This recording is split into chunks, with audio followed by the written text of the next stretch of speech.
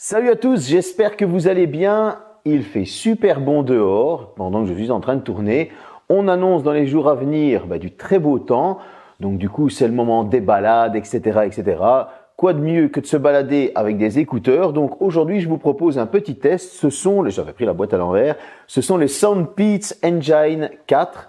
Vous savez, j'ai déjà testé pas mal cette petite marque. Je teste souvent des écouteurs pas chers, etc. Parce qu'on n'a pas tout le temps envie de se ruiner. C'est parti.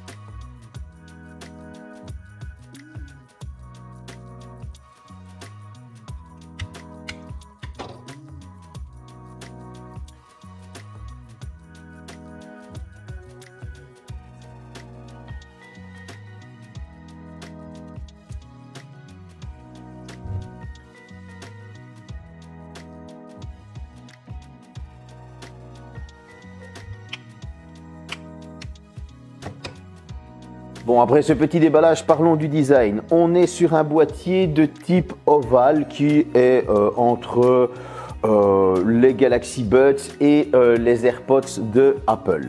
Franchement, il est de bonne qualité. Ici, on est sur la couleur bronze. Sur le bas, on va retrouver de l'USB type C. On va retrouver un bouton pour reset les écouteurs lorsque on a trop connecté de Bluetooth, etc. à différents téléphones.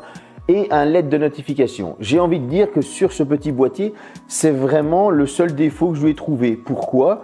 Le LED de notification, il est en dessous. J'aurais aimé qu'il soit sur la face avant du boîtier, ça aurait été plus sympa. Surtout que, honnêtement, il est de bonne qualité. Le clapet ne va pas aller dans tous les sens, ils sont aimantés. Lorsqu'on ferme le clapet, on sent une légère résistance qui fait encore office de qualité. Il n'y a pas de jeu, c'est vraiment sympa. C'est dommage. Le petit LED aurait fait le petit plus de finition qui aurait dit, voilà, là c'est vraiment quelque chose de tip top.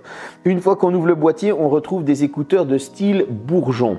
Alors, il y a une réduction de bruit passif. Déjà, on verra dans la partie technique ce qu'il y a d'autre. Mais en tout cas, cette réduction de bruit passif se fait avec les caoutchoucs. Ils sont au nombre de 3 dimensions. Ils sont fournis vous l'avez vu dans le déballage.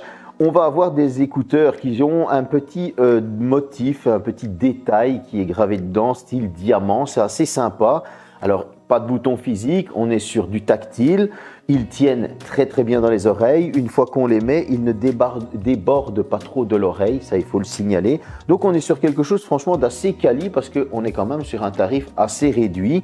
Franchement, jusque-là, au design, mis à part le petit LED qui, je trouve, était mal placé, ils font quand même bien le taf.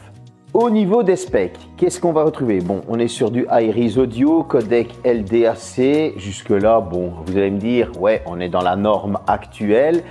La chose qui est importante, c'est que j'ai trouvé que c'était assez sympa, c'est qu'on est sur du Bluetooth 5.3. Alors, vous allez rire, mais il n'y a pas si longtemps que ça, j'ai vu une pseudo-marque qui a été plébiscitée par des youtubeurs connus, par des footballeurs, etc.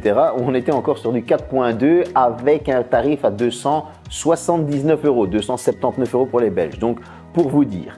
Au niveau du woofer, on est sur une taille de 10 mm et au niveau du tweeter, parce qu'il y a aussi ça par écouteur, on a une taille de 6 mm. Au niveau des fréquences, on va de 20 Hz à 40 kHz.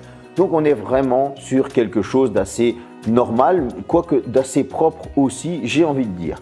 Maintenant, on est sur du tactile. Au niveau des specs, vous allez avoir une application. Cette application, il faudra connecter d'abord les écouteurs en Bluetooth et l'application va les reconnaître. Vous allez avoir dans cette application pas mal de petites choses, régler le tactile, faire les mises à jour, mais vous allez aussi avoir de l'équaliseur. Et dans cette application, vous allez avoir une analyse de votre audio qui va adapter les écouteurs en fonction de votre ouïe et ça, c'est super sympa.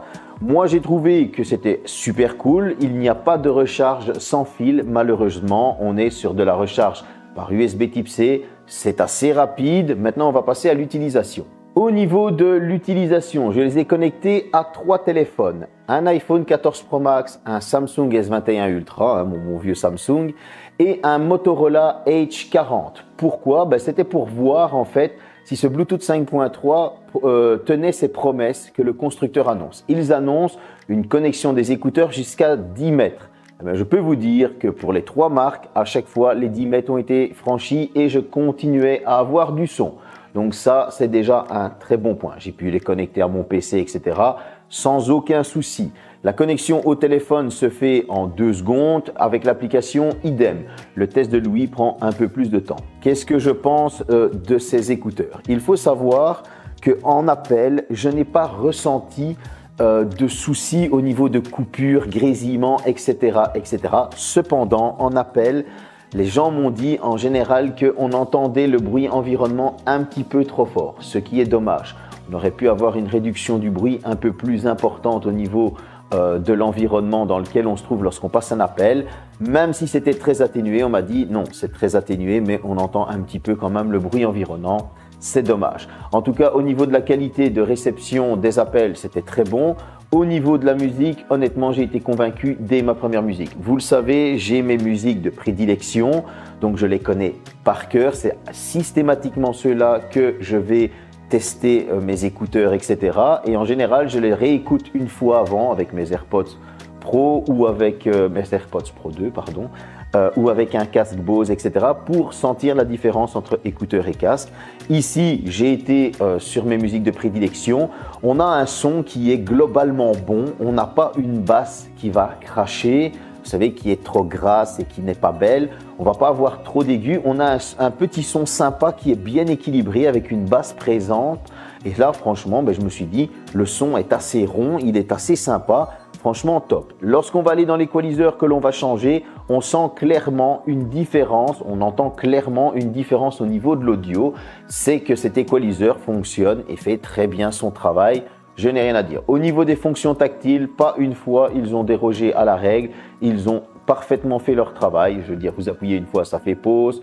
Vous appuyez 2 fois, ça fait ça va passer à la musique suivante. Vous appuyez 3 fois, il va retourner en arrière. Lorsque vous allez laisser votre doigt appuyer, ça va monter ou baisser le son en fonction du côté où vous appuyez. On est sur un tactile assez sympa. Je pense que pour l'utilisation, ça fait le taf.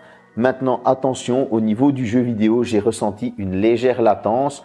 Je ne dirais pas qu'elle est énorme, mais par exemple, à Fortnite, lorsque je tirais la première balle, il y avait un léger décalage par rapport aux balles suivantes, comme ça vous êtes averti.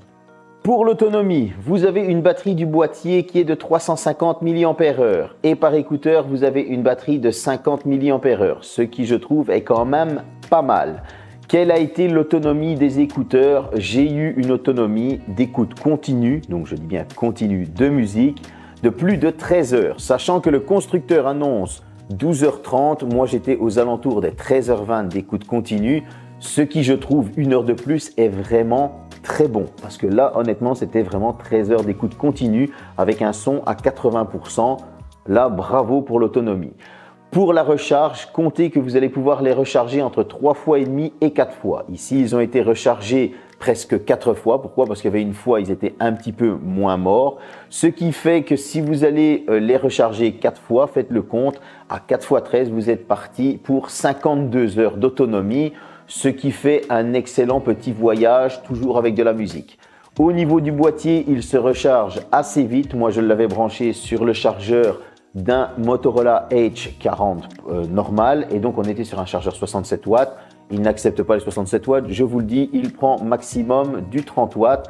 Il a été chargé en un peu moins de 40 minutes. Ce boîtier va recharger les écouteurs eux-mêmes en plus ou moins 45 voire 50 minutes. Je trouve que c'est assez correct.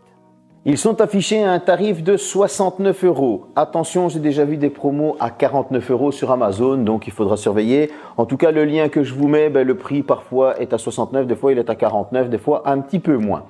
Bon, qu'est-ce que j'ai pensé de ces écouteurs? Je trouve que pour le prix, on n'est pas volé. On a quelque chose d'assez sympa. C'est vrai que si je dois lui trouver deux défauts, et ça je suis obligé de les mettre.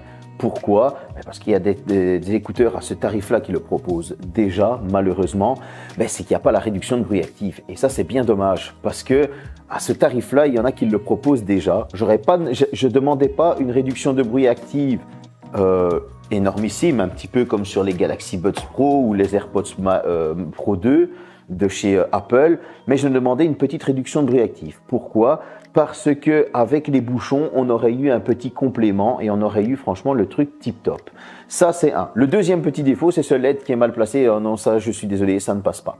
Je ne peux pas accepter un LED en dessous. Moi, j'aurais aimé qu'il soit sur la face avant. Donc, hormis ces deux petits défauts, il est vrai que certains vont me dire, écoute Pierre, pour ce prix-là, à 69, je peux me diriger vers une marque plus connue. J'en conçois tout à fait. Maintenant, c'est vrai que s'il a un tarif à moins de 50 € en promotion, je vous conseille vivement de vous tourner vers eux. Pourquoi? Si vous aimez le design bouchon, déjà, c'est vrai qu'ils auront tendance à ressembler aux anciens Galaxy Buds que voici, que je sors ici. Cette petite forme triangulaire, etc., avec des coins arrondis, c'est vrai que ça ressemble très fort. En tout cas, on est sur des belles qualités de finition. On a franchement une bonne connexion, on a un bon appel, un très bon son. On a une application qui est dédiée, avec laquelle on va pouvoir adapter la musique à notre audition et en plus de ça, à notre goût musical en fonction de l'équaliseur. Donc, je trouve qu'on est sur des petits écouteurs assez sympas. S'ils sont en promo, il faut profiter. Le beau temps est là. Je vous souhaite de bonnes balades en musique. Salut!